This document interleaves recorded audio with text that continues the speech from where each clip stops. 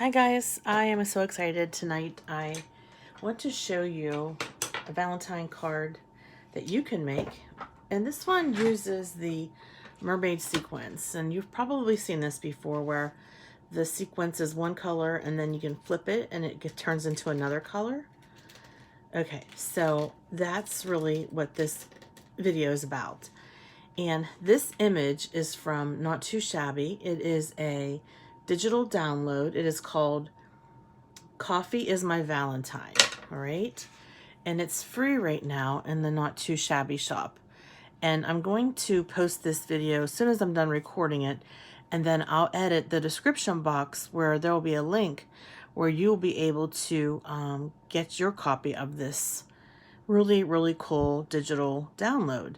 So what I did, and I have it ready to show you here, I took out my little We Are Memory Keepers cutting mat, all right?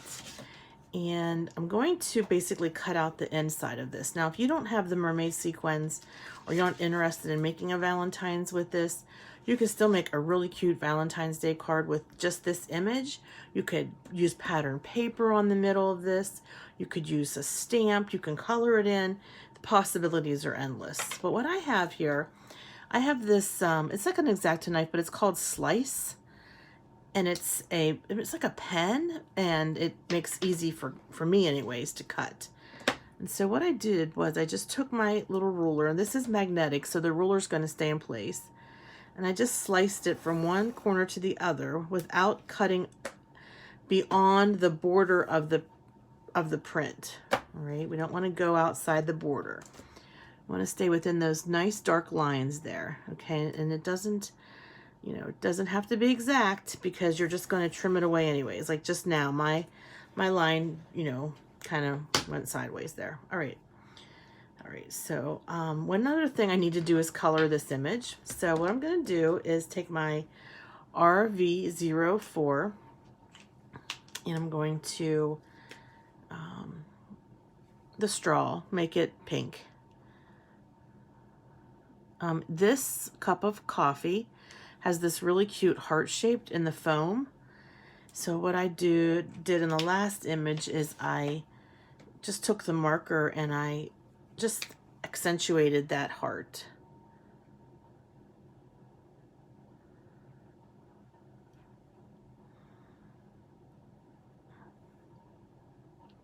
Just wanted to give it a bit of a highlight there, draw your attention to that. And I also have another color pink, which is RV00. And I'll finish coloring in this image, which it doesn't take long because it's, you know, it's a nice big image. And I just printed this using my printer that I have here at my home. It's just an inkjet printer. It's not a laser printer. It's just an inkjet printer. What I normally do when I know that I'm going to be coloring digis is I'll print one day and I'll color the next, because when I print directly from the printer, there's a tendency for it to smear a little bit. Okay, and then I'll go back in with this RV04. Yep, RV04, and color in the handle. That's a nice hot pink. It's one of my favorite pinks. I find myself using it over and over again. And then for the frothy foam, just going to take N2, which is neutral gray, number 2, and just highlight the foam. Whipped cream, yummy, yummy. This could be a mocha, or it could be a hot chocolate. All right, let me just go around the bend here and get this highlighted.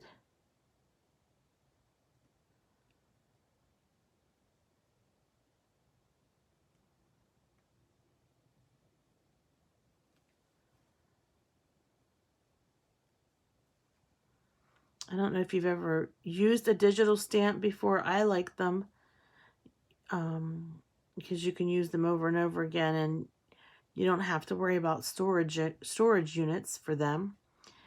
And you can also change up the size to suit your needs. So, you know, for example, I would normally put maybe 4 of these on a sheet, but because I wanted the mug to be rather large, I went ahead and I put just 3 on this sheet that I am using. Okay. Next, I'll take my scissors and trim.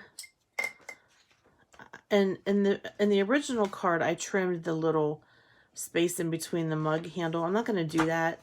I mean, you could. That's not a problem. I just found that it seemed like, I don't know, like I just want it to be as sturdy as possible. And I didn't use my thickest paper for this. This is just like 85 pound or 65 pound. I mean, it's probably heavier than copier paper, but not my heaviest cardstock by any means. I have trouble feeding a heavy cardstock through my printer. That's one thing that I'd like to be able to do, is feed watercolor paper and a heavier cardstock through my printer. So I'm going to have to ask some of my crafty friends if they have a printer that can do that, and what is that printer, you know, make and model. Because eventually, I'm not going to do it now, but eventually I would like to get a printer that I could, especially the watercolor. I really have had different digital images that I wish that I could have watercolored, but I tried to feed it through once and it got jammed. All right, I'm just almost done here, trimming this.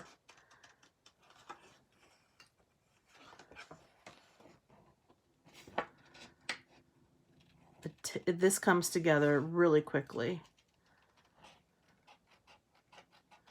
Pardon my band-aids. My fingers are so dry right now. And it wasn't long ago that I got my nails done. I don't know what happened, but we were making cards and using, I don't know, just a lot of cleaner and stuff. So that could be it. I don't know.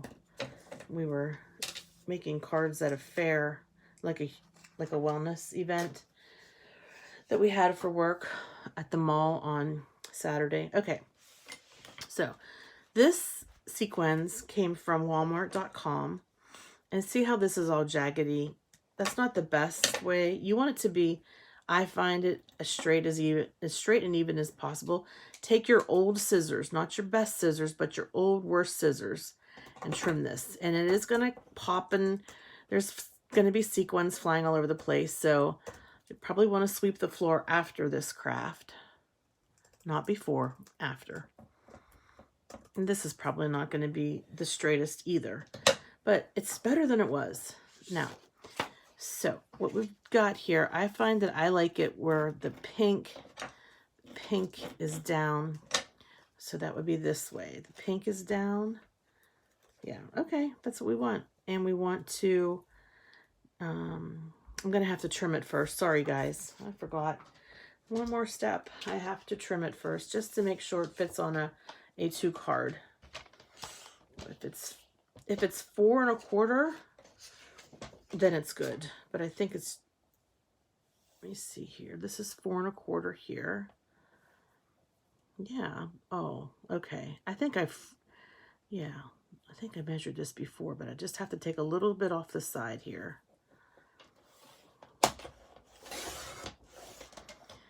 And then this is, you know, pretty big size mug, so let's just make sure that I trimmed enough. Oh yeah. And then 5 1/2, so I'll go ahead and trim off the top first.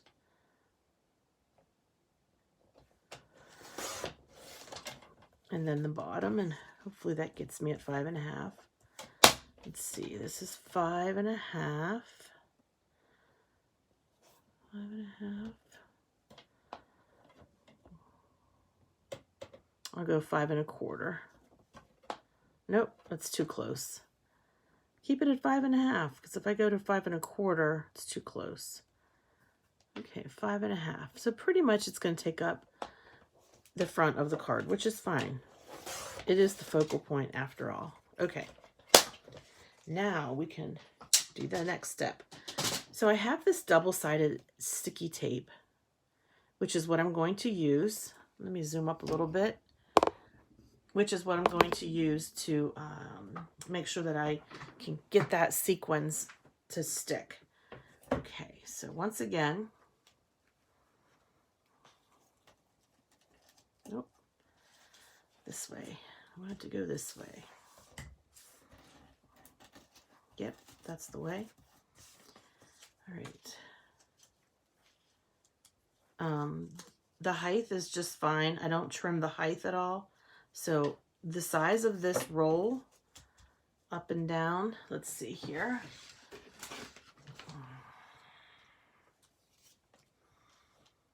It's almost 3, yeah, it's 3 inches. So that's cool. Okay.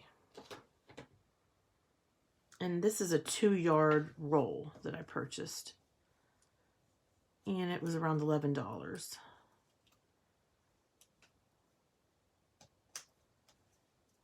Okay.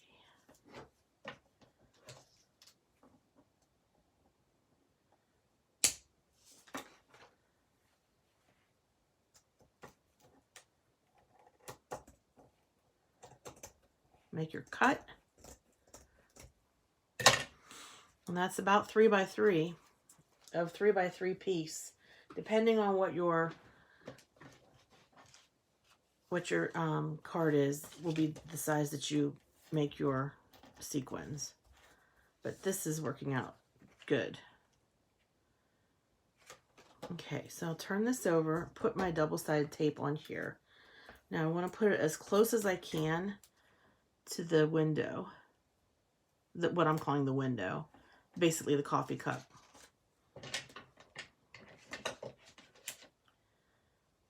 This way it's really close to the edge of the sequins. That's what we want. And this is why on this side I decided not to cut out the handle, just to leave it solid. That gives me a little bit more gripping area for this double-sided tape.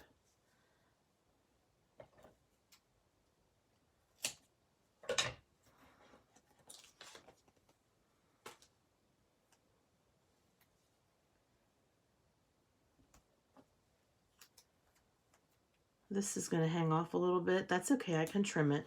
It's all right. I'll just put it on my little cutting mat. It's non-adhesive.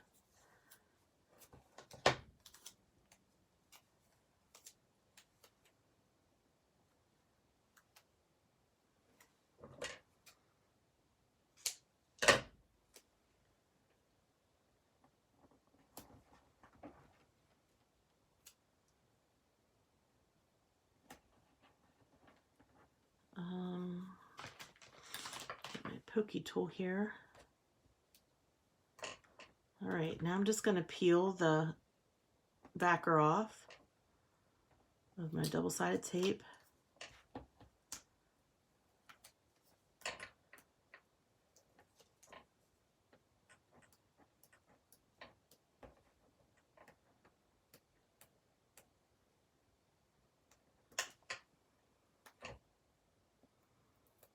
Okay, it's not cooperating. There we go.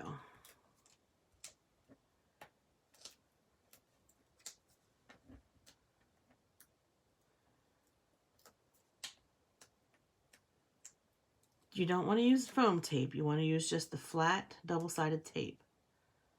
I mean, I guess you could use a tape runner, but this is what works for me.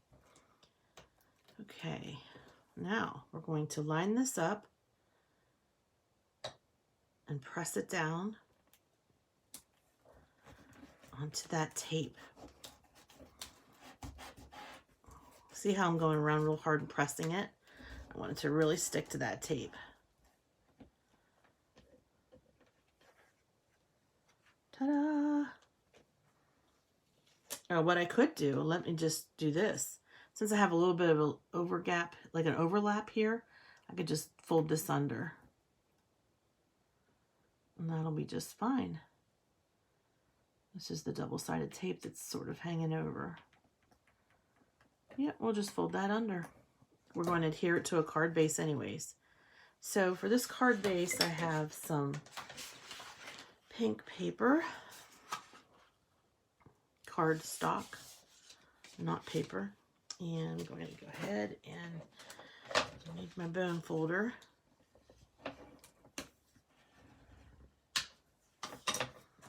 Okay. And then I'm just going to get some more tape and adhere this to that.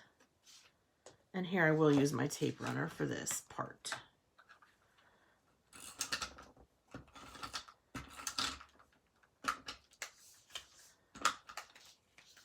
And you can even run tape along the edges of the card. This sequins is down pretty good now. It's not going anywhere. I'm going to run some at the bottom too. All right. Whoops. I got a little rough there. All right, that was my fault.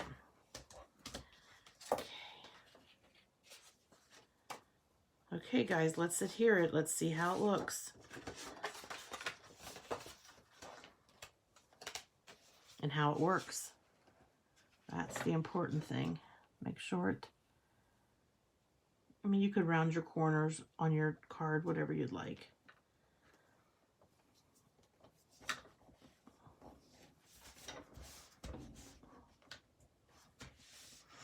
Okay, there it is. Okay, let me just push that tape over here. Oh, I like it. It's so cute. It is so cute. And then here's the magic. This is where the magic is. You can use your fingertip. I'm just going to use this bone folder because it does a better job than my fingertip. And now we have our Mermaid Sequins. Coffee is my Valentine card from Not Too Shabby. So go grab yours. I will have it linked below. If it's not there right away, it will be. Just hang tight and keep checking. Oh, and by the way, I have 471 subscribers, and I need to get to 500, which is less than 30, so that I can do a huge giveaway. So please, tell other people about my channel, please. Give a girl, you know, a virtual hug this Valentine's Day. Let's get me over to 500. That will get me halfway to my goal of 1,000. Thanks so much, and I hope you enjoyed learning how to make this card. Take care. Bye-bye.